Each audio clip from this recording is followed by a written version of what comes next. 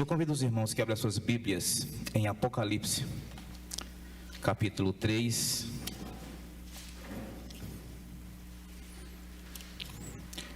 O último livro da Bíblia.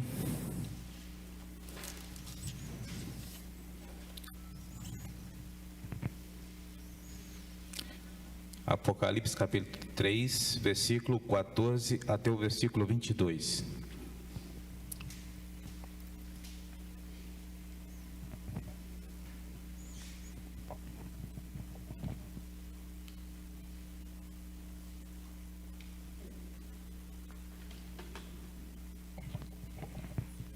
Todos acharam? Mesmo assentados e com toda a reverência, vamos ler esse texto, versículo 14, diz o seguinte: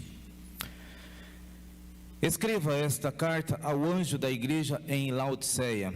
Esta é a mensagem daquele que é o Amém, a testemunha fiel e verdadeira, a origem da criação de Deus. Sei de tudo o que você faz. Você não é frio nem quente. Desejaria que fosse um ou outro, mas porque é como água morna, nem quente nem fria, eu o vomitarei de minha boca. Você diz: sou rico e próspero, não preciso de coisa alguma, e não percebe que é infeliz, miserável, pobre, cego e está nu. Eu o aconselho a comprar de mim ouro purificado pelo fogo, e então será rico. Compre também roupas brancas, para que não se envergonhe de sua nudez, e colírio para aplicar nos olhos, a fim de enxergar. Eu corrijo e disciplino aqueles que amo. Por isso, seja zeloso e arrependa-se.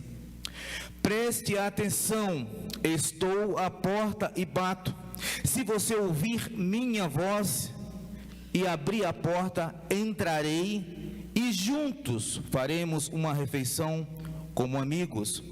O vitorioso se sentará comigo em meu trono, assim como eu fui vitorioso e me sentei com meu Pai em seu trono. Quem tem ouvidos para ouvir, ouça o que o Espírito diz às igrejas. Amém? Oremos mais uma vez.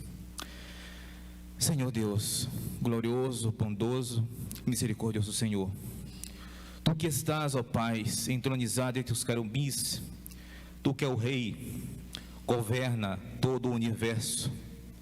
As nossas vidas estão aqui, ó Pai, diante de Ti, ó Pai, para ser auxiliada pelo Senhor, para ser cuidada por Ti, ó Deus. Senhor Deus, nesta manhã, nós pedimos ao Senhor a compreensão, ó Deus, da Tua palavra, e também, ó Pai, que o Teu Santo Espírito nos ajude a aplicá-la em nossas vidas, ó Deus, na vida da Tua igreja, Senhor. Senhor Deus, nós estamos aqui, ó Pai, como espectadores para ouvir do Senhor a Tua voz. Somos apenas instrumentos, Senhor nosso Deus, e o Senhor é quem falará aos nossos corações nesta manhã. Estamos aqui, ó Pai, à Tua disposição para Te servir e Te adorar, honrar e glorificar o Teu santo nome, Senhor nosso Deus. Portanto, ó Deus, eu rogo neste momento, ó Deus, pela Tua misericórdia, pelo Teu amor e bondade sobre nossas vidas, que nos ajude, ó Pai, a sermos igrejas avivadas, fervorosas no amor, na misericórdia, no serviço, na adoração, e que Teu nome seja glorificado através de nossas vidas, Senhor nosso Deus. Obrigado, Deus, por tudo, em o nome santo de Jesus. Amém. Irmãos, eu tenho bastante coisa para falar aqui. Deus, na sua infinita bondade e misericórdia, me trouxe esse texto. Eu achei de extrema importância e relevância para as nossas vidas nos dias de hoje. Dentro desse texto aqui, eu escolhi um tema: estou à porta e bato. E o interessante, irmãos, que dentro desse texto eu vi tantas lições preciosas a serem aplicadas nos nossos dias, que muitas das vezes nós lemos a palavra de Deus e não atentamos para as devidas instruções que há no texto bíblico. E às vezes, muitas vezes, passamos a viver de uma forma que não agrada a Deus, infelizmente. E dentro dessa carta aqui, uma das cartas, né, são 7 cartas às 7 igrejas da Ásia, e dentro dessa carta aqui eu achei lições, né, a ser aplicada em nossas vidas. Mas antes eu quero dar uma pequena introdução para que você possa entender o contexto histórico ali daquela cidade. Por que aconteceu? Porque Jesus mandou essa mensagem àquela igreja, né? Laodiceia era a cidade mais opulenta das 7 igrejas, era uma das mais ricas. Eu achei interessante isso. Ela tinha 3 atividades comerciais que ali dava essa riqueza àquela cidade, né? Era bancária, lã e medicina. Eu achei interessante isso. Eles tinham muitas posses, né? Mas a cidade sempre ela teve um grande problema de fornecimento de água. Eu fui dando uma pesquisada ali, olhando direitinho, certo? Eu achei interessante, porque Jesus usou essas palavras. Em certa ocasião, se construiu um aqueduto para transportar água à cidade dos mananciais de águas quentes. Mas quando a água chegava à cidade, não estava nem quente e nem fria, e sim morna. Então, Jesus usa toda aquela ilustração da cidade, o contexto comercial, o contexto cultural, para dar aquela mensagem àquele povo. E o que ele quer dizer com isso? Que a igreja tinha chegado a ser tão insípida como a água morna que chegava à cidade. Eu achei interessante isso. Você já tentou tomar um copo de água morna? Eu não gosto, para ser sincero. Eu gosto de água gelada, daquela que realmente trincando, que chega, gela a garganta. É assim que eu gosto, sempre gostei. Não tem como, diz que faz mal com a garganta, vem inflamar, enfim, mas não, eu gosto. Se você perceber a água morna, quando você toma ela, você tem vontade de botar para fora. Mas aí eu fui ver todo esse contexto geral da água morna, eu achei interessante. Quando Jesus fala aqui, no versículo 15: sei de tudo que você faz, você não é frio nem quente, desejaria que eu fosse um ou outro. Aí eu, olhando para esse texto, para essa mensagem de Deus, e trazendo nos dias atuais, o que acontece com as igrejas hoje, como que elas estão? Será que as igrejas estão quentes ou será que elas estão frias? Qual o termo que se define para as igrejas nos dias de hoje, né? A água morna, ela é desagradável. A igreja de Laodiceia estava morna e, portanto, era desagradável e repugnante para o Senhor. E ele traz essa mensagem. E, irmãos, eu estou nesse contexto cristão já faz muito tempo. E durante todo esse contexto, eu tenho visto muitas experiências e passei em diversas igrejas, em diversos lugares, e em contextos diferentes. Hoje, a igreja a qual eu fiz a decisão, que eu aceitei o Senhor Jesus Cristo, é uma igreja que se encaixa dentro desses padrões hoje. Ela entrou para esse caminho. Ela se tornou uma igreja opulenta, rica, soberba. E aí você pensa assim, mas quando Jesus manda essa mensagem, era para aqueles dias, não é para os dias de hoje. Não é diferente nos dias de hoje.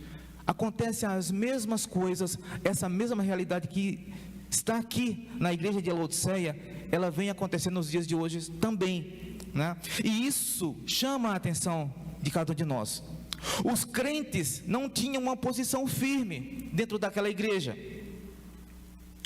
Eles não era nem quente, nem frio, não tinham uma posição firme como cristãos que deveriam fazer a diferença aonde estavam.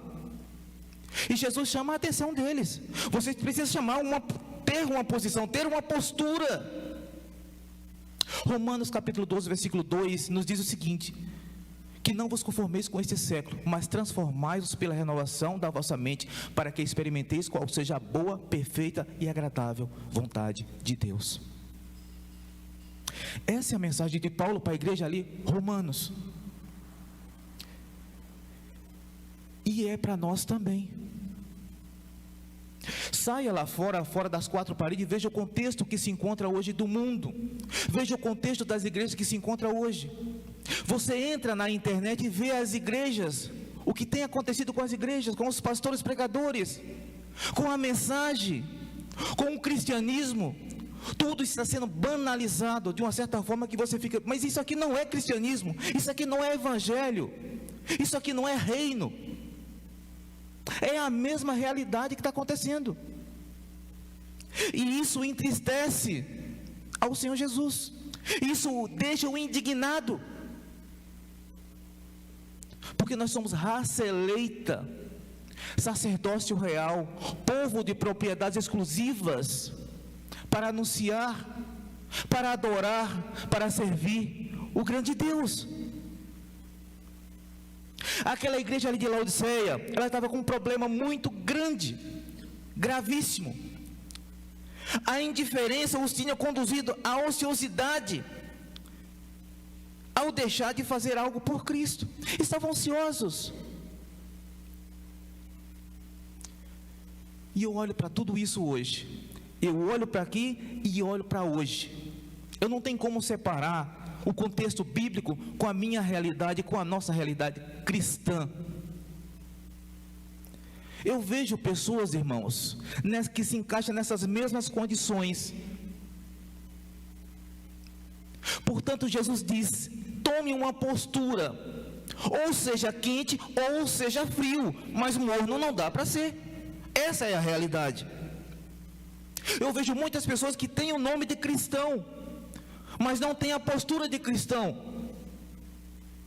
No meio onde eu trabalho, tem pessoas que dizem ser cristãs, mas o testemunho que eu vejo deles lá na rua, com os clientes, é outro.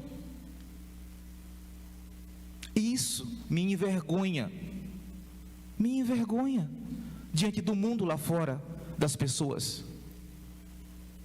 Infelizmente, eu tenho um colega lá que ele trabalha comigo, só para dar uma ilustração aqui. E eu estava fazendo um distrito, e um local onde eu faço entrega de correspondência, e eu sou aquela pessoa carismática. Onde eu chego eu vou fazendo amizade com as pessoas. Eu não chamo a pessoa, falo, grito correio, não, eu já chamo pelo nome. Eu faço amizade com a pessoa, chamo pelo nome e crio um laço. Eu me aproximo das pessoas. E eu saí desse local e fui para um outro. E a pessoa que ficou lá, no meu lugar, ele era uma pessoa, digamos, cristãs, né, entre aspas. E ao chegar lá para fazer a entrega de correspondência, eu vi as pessoas reclamando dele. Ah, mas eu não gosto daquele porque ele é chato, ele é antipático, ele é isso, ele é aquilo outro. E eu só ouvindo o relato das pessoas, quando eu voltei lá para entregar no sábado. As pessoas ficaram todas felizes. Ah, e você voltou, que bom que você voltou para... O que acontece, de fato, com as pessoas? Muitos têm apenas o nome de cristão. Ele é cristão apenas dentro das quatro paredes da igreja. Só que lá fora não faz a diferença, como Paulo disse. Não vos conformeis com este século, mas devemos transformar pela renovação da nossa mente. A igreja tinha um outro problema. A igreja de Laodiceia, ela se endureceu e estava satisfeita de si mesma e se autodestruindo. Eu conheço muitos assim. E a mensagem que vem aos nossos corações é que para nós termos um alerta, sabe aquela luzinha piscando para dar um alerta, para nós tomarmos uma postura com relação a toda a nossa vida, o nosso proceder? A igreja de Laodiceia, ela não tinha uma posição, ela era indiferente e ela também endureceu. A igreja de Laodiceia também, ela não é mais desagradável que um cristão, só o nome, que se chama autossuficiente. Não esteja satisfeito em seguir a Cristo pela metade. Permita que Cristo avive sua fé e ponha em ação. Muitos estamos satisfeitos apenas com o que temos, acomodados pela metade, em cima do muro, sem uma definição. Precisamos deixar Cristo conduzir as nossas vidas. Precisamos permitir que Ele avive a nossa fé e nos ajude a pôr essa fé em ação no nosso dia a dia. Precisamos ter isso em mente, buscar no Senhor. Irmão, olhando para esse texto aqui, eu fiz um retrospectivo de toda a minha carreira cristã, toda a minha caminhada, desde lá eu vou te falar até a data, no dia que eu aceitei Jesus Cristo, num culto de oração de quarta-feira, no dia 28 de outubro de 1994, numa quarta-feira, eu fiz essa decisão. Mas durante todo esse período, são 30 anos, eu diria que eu vivi muitas coisas, eu aprendi muitas coisas, mas ao ler para esse texto, eu olho para a minha vida hoje, e eu não sei de nada, com relação à caminhada cristã. Eu tenho muito a aprender, nós temos muito a aprender, para vivermos de uma forma que agrade ao Senhor. Temos muito. Agora, nós só iremos aprender, nós só iremos ter do Senhor toda essa instrução a partir do momento que nós buscarmos, que nós que nós permitimos que o Senhor entre em nossas vidas e que o Senhor estabeleça laços com cada um de nós. Precisamos permitir isso. Não esteja satisfeito em seguir Cristo pela metade. Não fique satisfeito.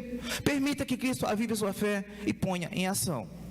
Versículo 16 diz o seguinte: mas porque é como água morna, nem quente nem fria, eu a vomitarei sem da minha boca. Água morna tende a produzir doenças no estômago e tendências a vomitar. E eu achei interessante isso. A água morna tende a produzir doenças. E olhando para isso, irmãos, aquele que está morno, ele vai se encaixar dentro desses conceitos. Ele tende a produzir doenças no seu meio, onde ele está.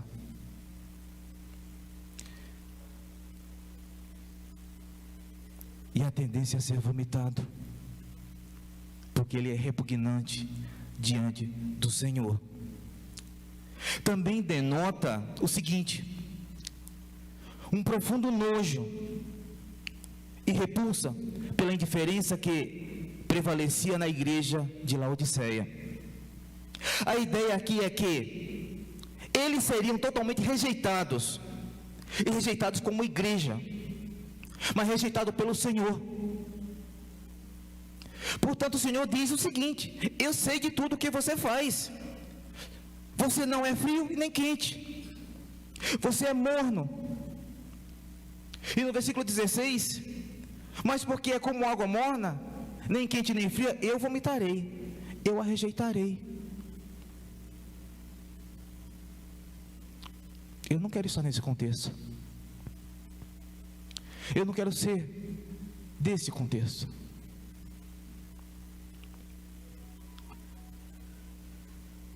Essa rejeição pode ocorrer em todas as igrejas, se elas estiverem na mesma condição, ou seja, morna.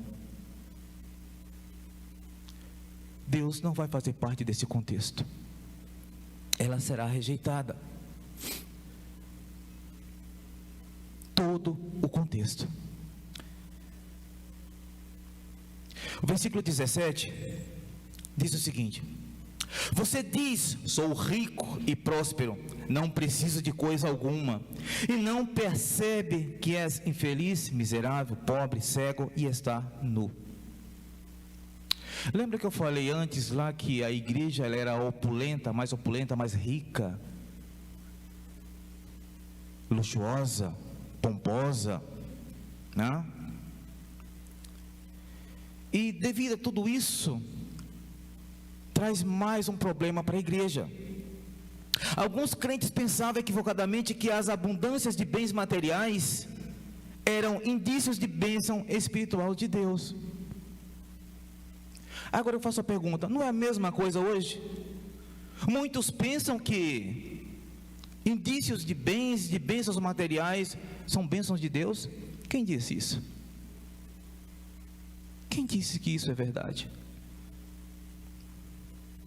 A maior bênção que eu e você como igreja nós temos é a salvação em Cristo Jesus e a garantia da vida eterna.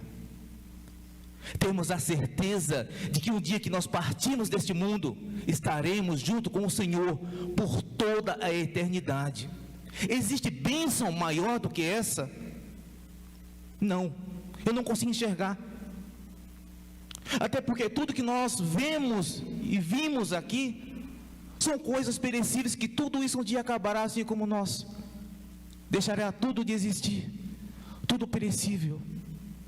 Aí Jesus fala: não ajunteis tesouros na terra, aonde a traça e a ferrugem os ladrões roubam, mas ajunteis no céu, onde não há nem traça, nem ferrugem e nem os ladrões roubam. Porque aonde está ali o seu tesouro, ali está o seu coração. E a igreja, ela achava que tudo que tinha de riqueza, de bens materiais, eram bênçãos de Deus. Estavam equivocados. E muitos estão assim, equivocados. Eu vejo tantos irmãos assim: ai, Deus me abençoou com carro, Deus me abençoou com a casa, Deus me abençoou com a promoção. Mas esquece-se que a maior bênção que ele tem é a salvação em Cristo Jesus. Eu sei que todas essas coisas são boas, são bons. Eu sei que a promoção no serviço para ganhar mais, uma casa boa, confortável, um carro bom, tudo isso é bom. Mas não se compara os valores e as bênçãos que temos no céu. Nada disso se compara. É isso que Cristo chama a atenção da igreja. Laodiceia era uma cidade rica, e a igreja também o era. Mas o que a igreja pode ver e comprar chegou a ser mais valioso para eles do que aquilo que não se vê e é eterno. A esperança. Os simples fatos de eu ter esperança que um dia eu estarei com o Senhor, vale a pena.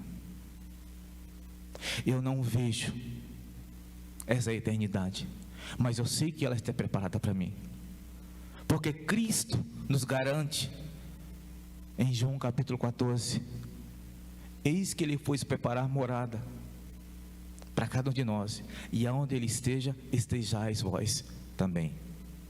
Essa é a garantia que eu tenho, essa é a esperança. E eu confesso para vocês, irmãos e irmãs, que tem dias que eu falo assim: Jesus, pode voltar hoje. Jesus, se quiser me levar hoje, pode me levar, eu estou pronto.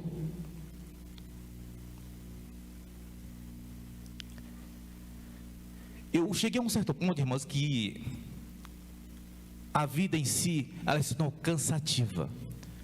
A vida a qual nós conhecemos, que você preza, que você dá tanto valor a tantas outras coisas, se tornou, como eu diria, insignificante.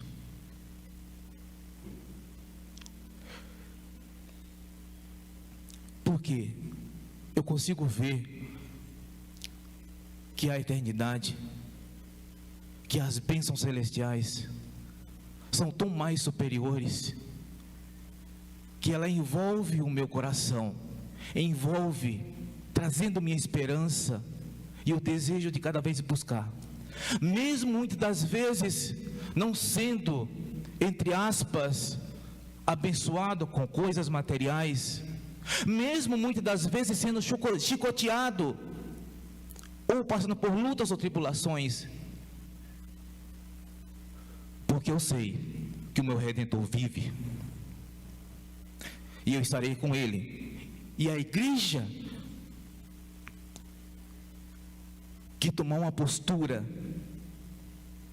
que procurar servi-lo, que estiver inserido nesse contexto de igreja do Senhor, um dia estará junto com Ele.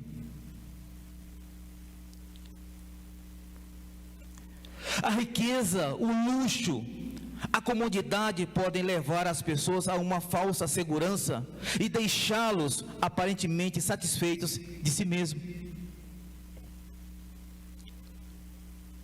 Você pode pensar isso. Eu já tive momentos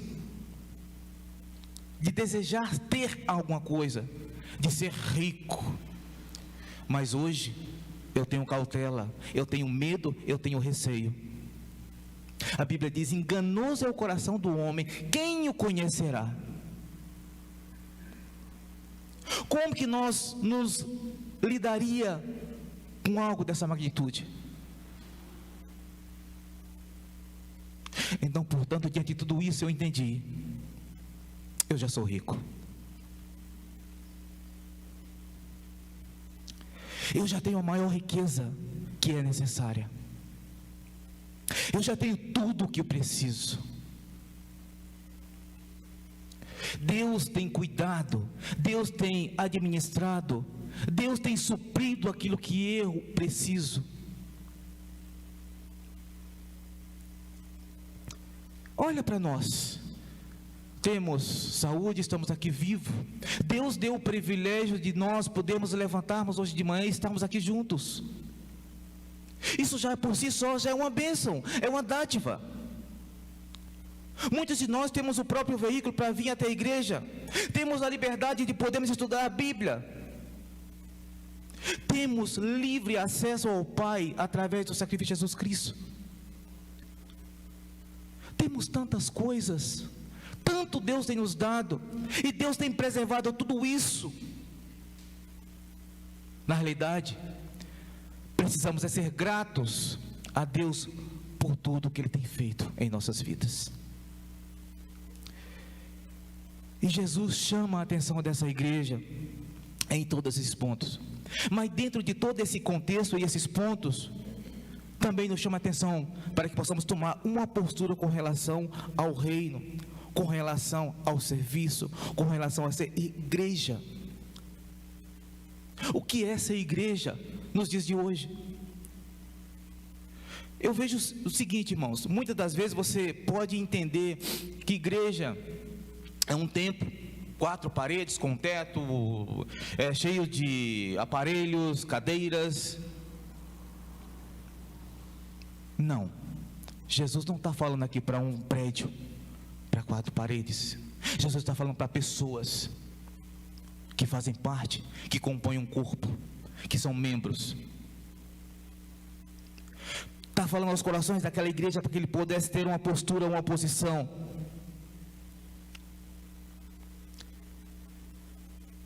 E ele fala no versículo 17: você diz: sou rico e próspero e não preciso de coisa alguma. Mas no versículo 18 ele diz o seguinte: eu o aconselho a comprar de mim ouro purificado pelo fogo, e então será rico. Compre também roupas brancas para que não se envergonhe da sua nudez, e colírio para aplicar nos olhos, a fim de que enxergar. Eu diria, irmãos, que dentro desse livro que está em suas mãos, você tem tudo isso que você precisa. Detalhe: compra sem dinheiro. Você não precisa de posses para ter acesso a essas riquezas. Você precisa apenas garimpar. Dia após dia você garimpa aqui riquezas, joias, pérolas preciosas. E assim nós caminhamos dia após dia, enriquecendo na graça e no poder de Deus.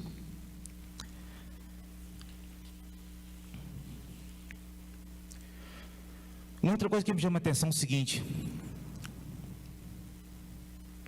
mas por muito que você tenha, não tem nada, se não possuir uma relação vital com Cristo.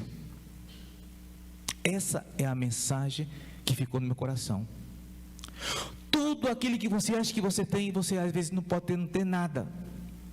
Sabe por quê? Eu vou te usar um exemplo básico. Você fala assim, muitas das vezes: meu carro, o carro não é seu. Minha casa, a casa não é sua. Minha vida, a vida também não é sua. Ou seja, nós não temos nada. Você tem um carro financiado. Se você não pagar, o banco leva. Se você não pagar a documentação, o Estado toma, então não é seu. Da mesma forma a casa. Você tem uma casa, pagou, é sua? Não. Se você deixar de pagar o IPTU, a prefeitura recolhe. Eles vão leiloar. E a vida que você diz que é sua, se você não cuidar dela, Deus a toma para si. Por mais que você ache que você tem, você não tem nada. Você precisa ter apenas uma relação vital com Cristo. Eu preciso estreitar esses laços dia após dia.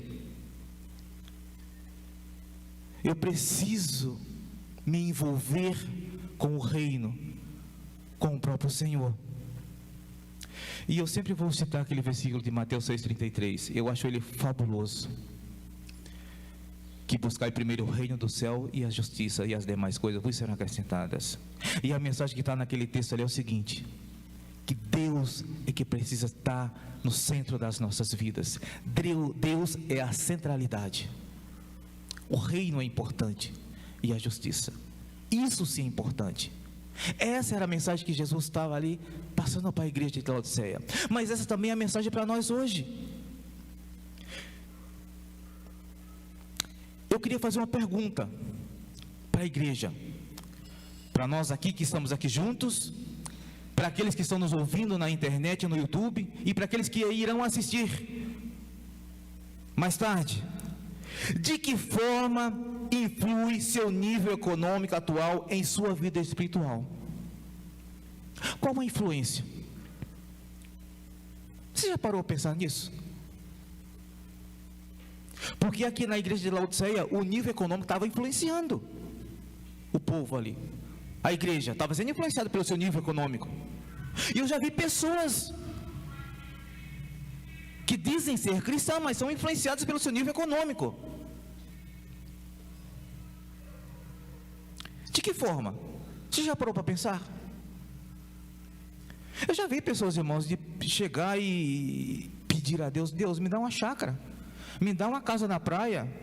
Quando chega o final de semana, desce para o litoral. Chega um feriado prolongado no final de semana, vai para a chácara. Ou seja, tudo que é material, tudo que é bens, que você acha que seria bom, às vezes só atrapalha o seu caminhar, o seu crescimento, a sua vida espiritual. Em vez de concentrar-se na comunidade, no luxo, procure sua verdadeira riqueza em Cristo. E eu tenho aprendido isso, irmãos. Deus tem me ensinado isso. Sabe o que é interessante, irmãos? Eu me lembrei de um fato agora. Eu já andei com muitos pastores.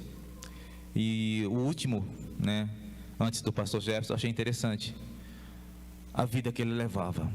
Uma vida, ele só queria servir. Ele não estava preocupado com coisas, com bens, com salário, com roupa, com calçado. Ele não estava preocupado se ia repetir uma calça, uma camisa ou um sapato. Ele não estava nem aí preocupado com isso. Mas eu digo a você que ele é um tremendo homem de Deus, que eu nunca vi igual. Eu sempre via ele, domingo após domingo, era culto de manhã à noite, o mesmo sapato. Ele não estava nem preocupado com isso. Mas às vezes nós nos preocupamos com isso. Só vou repetir a calça, o sapato, a camisa. Nós não precisamos concentrar nossa vida nessas coisas. Procure sua verdadeira riqueza em Cristo Jesus. Se aprofunde, busque a cada dia estreitar esse relacionamento com o Senhor. O versículo 18, onde Jesus fala assim: eu o aconselho a comprar de mim ouro purificado pelo fogo, e então serás rico. Compre também roupas brancas para que não se envergonhe de sua nudez, e colírio para aplicar nos olhos a fim de enxergar. Aquela igreja, eles professavam ser ricos, mas não eram. E Cristo os aconselha a obter dele o que os tornaria verdadeiramente ricos diante de Deus em santidade e boas obras.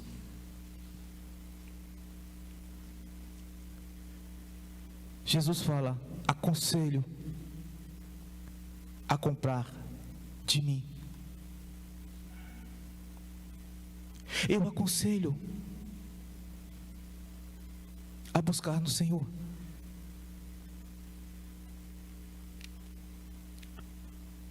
Para nos tornarmos verdadeiramente ricos diante de Deus.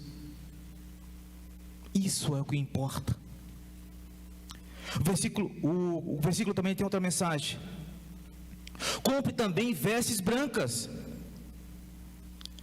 para que sejais vestidos e adornados com toda a graça e virtudes cristãs, que possa tornar-se amável aos olhos de Deus. Lá em Isaías diz que as nossas vestes são como trapos de imundícias. Precisamos nos revestirmos de toda a armadura de Deus. Paulo diz lá aos Efésios, no capítulo 6, versículo 11, que revestidos de toda a armadura de Deus. Agora eu falo o seguinte, irmãos: qual é a mensagem em tudo isso? A igreja de Laodiceia, ela estava indiferente ao reino, ao próprio Cristo. Mas no contexto de hoje, eu vejo muitas pessoas indiferentes com relação à palavra de Deus. Ou seja, leem a palavra, ouvem a palavra, mas agem indiferente aos conselhos, à instrução de Deus. Não põe em prática, não procura viver tudo aquilo, não se esforça para fazer a diferença, assim como em Romanos, capítulo 12, que eu acabei de mencionar aqui: não vos conformeis com este século, mas transformai-vos pela renovação que há na vossa mente, para depois experimentar qual seja a boa, perfeita e agradável vontade de Deus. Não dá para separar isso, não dá para viver de outra forma. Não tem como eu ler aqui essa mensagem, mas no entanto fechar os meus ouvidos ou ficar indiferente a ela.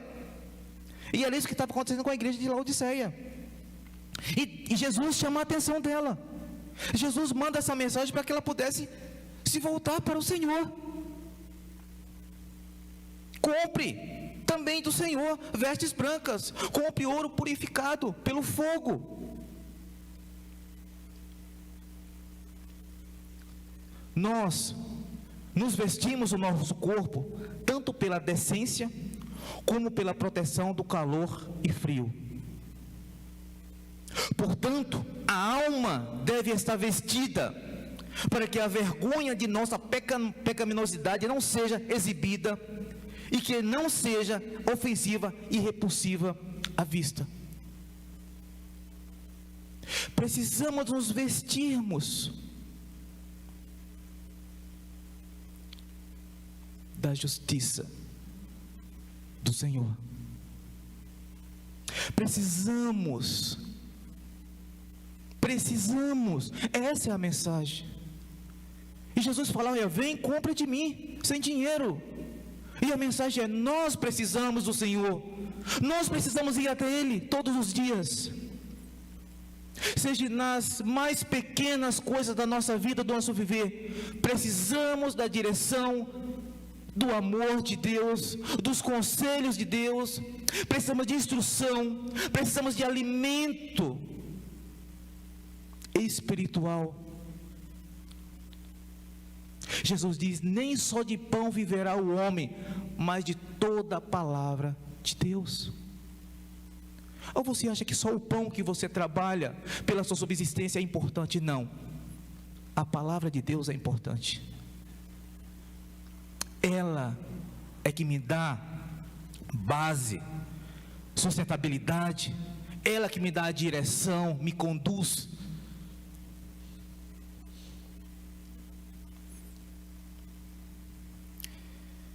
A igreja estava totalmente em cegueira.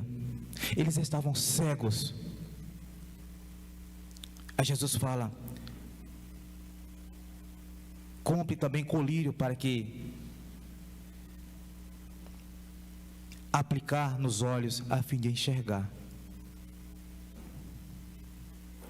Cristo diz: recebam de mim o colírio, que é a graça do Evangelho, que permite pessoas que antes não enxergavam, agora vejam claramente o caráter de Deus, a beleza do caminho da salvação e a beleza da pessoa e obra de Cristo. Compre do Senhor. E é tão interessante, irmãos, que lembrando aqui das nossas aulas agora do mês anterior, do outro semestre, sobre o Evangelho de João, como João expõe ali o ministério de Jesus, a vida de Jesus, todos os conceitos, os sinais, os milagres. E eu fiquei a pensar como a Bíblia ela é maravilhosa, como ela nos ensina, nos instrui. E a palavra de Deus, ela precisa ser o colírio que nos leva a enxergar o caráter de Deus, que nos leva a enxergar o caminho, a beleza do caminho da salvação, que nos leva a enxergar a pessoa e a obra do Senhor Jesus Cristo. A mensagem é que nós enxergamos a obra que Jesus fez por nós na cruz, que nos deu essa garantia, essa esperança de um dia eu e você estarmos juntos com o Pai e desfrutarmos da eternidade. Sabe por quê, irmãos? Você já pensou como está passando rápido os dias, como está chegando a nossa velhice, o nosso fim? Eu lembro quando eu tinha 23 anos, estou chegando nos 50. A aposentadoria está batendo na porta já. Não sei se vou chegar até lá, talvez Deus me leve antes.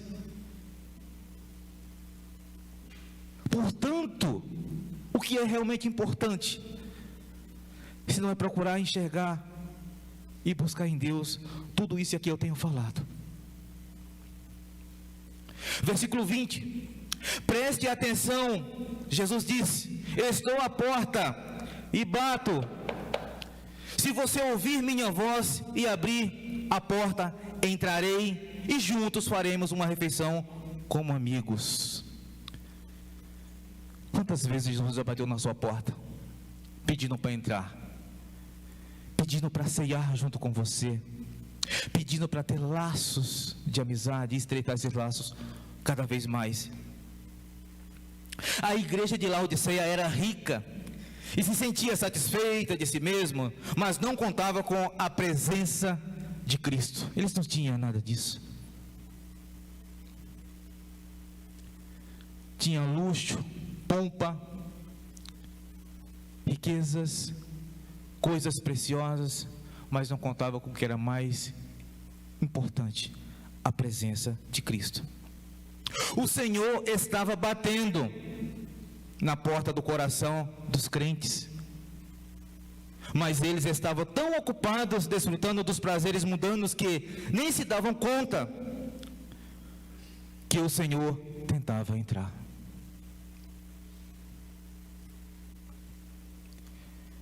Deixe a porta do seu coração aberta para Deus, e assim o ouvirá cada vez que Ele o chamar.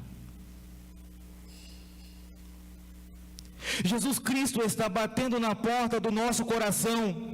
Deixe que Ele entre, e sua única esperança de satisfação total. Jesus é a nossa única esperança de nos satisfazer totalmente. Eis que Ele está à porta e bate.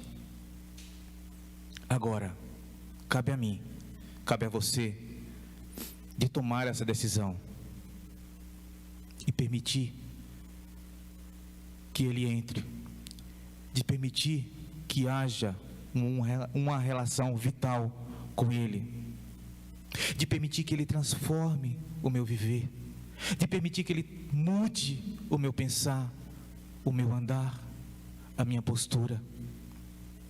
Jesus está disposto a fazer isso com cada um de nós, com a igreja dele. E Ele bate na porta todos os dias para entrar, sentarmos à mesa e termos uma refeição junto como amigos,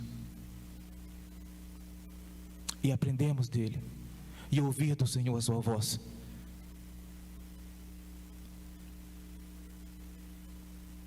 Jesus é o nosso instrutor, é o nosso pastor, é o nosso condutor. Jesus se preocupa com a igreja, se preocupa com cada um das nossas vidas, com o nosso coração. Jesus se preocupa com o nosso futuro. Jesus quer que nós estejamos junto com Ele na eternidade. Para isso Ele deu a sua vida, para isso Ele morreu, Ele pagou o preço, Ele entregou a vida dele sem questionar, sem reclamar, para que você, para que a igreja do Senhor viva neste mundo em santidade e boas obras, para que a igreja viva neste mundo e seja amável aos olhos de Deus, para que a igreja do Senhor sirva. E quando terminar esse período, que essa igreja que amou, que serviu, que adorou, esteja junto com Ele na eternidade. Que Deus assim nos abençoe e cuide das nossas vidas a cada dia, em nome do Senhor Jesus. Oremos. Senhor Deus, obrigado, ó Deus, pela Tua palavra, e que o Senhor nos ajude a cada dia, ó Pai, a sermos igreja santa, incorruptível, ó Deus, buscarmos, ó Pai, servir as Tuas verdades, ó Deus. Ajude nas nossas fraquezas, nas nossas incredulidade, nas nossas limitações, ó Senhor. Tenha misericórdia de cada um de nós, porque temos pecados, ó Deus, temos deixado de fazer algo pelo Senhor, temos nos acomodado na nossa posição, ó Deus. Permita, Senhor nosso Deus, que possamos ser alcançados pela Tua palavra, e assim, ó Pai, possamos ser avivados, fervorosos, e adorar ao Senhor em espírito, em verdade. Para isso aqui nós estamos neste mundo. Mas, ó Deus, se ainda há algum resquício em nossos corações que precisam ser mudados, tirados, que assim o Senhor o faça, em o nome santo de Jesus. Que a Tua palavra possa ser o instrumento, ó Deus, onde possa mudar as nossas vidas, lapidar o nosso pensar, o nosso caminhar e nos conduzir à mansão celeste. A cada um aqui, Senhor nosso Deus, essa é a minha oração. Que nenhum desses que aqui estão, que nenhum desses que ouviram a Tua palavra, Deus, venham a desviar dos Teus caminhos, mas permaneçam firmes, ó Deus. Essa é a oração que eu faço ao Senhor Jesus. Que o Teu Santo Espírito os encoraje, fortaleça-os mediante a Tua palavra, para que possam chegar, ó Deus, à carreira proposta até o final. Em o nome santo de Jesus, eu oro agradecido. Amém, Senhor.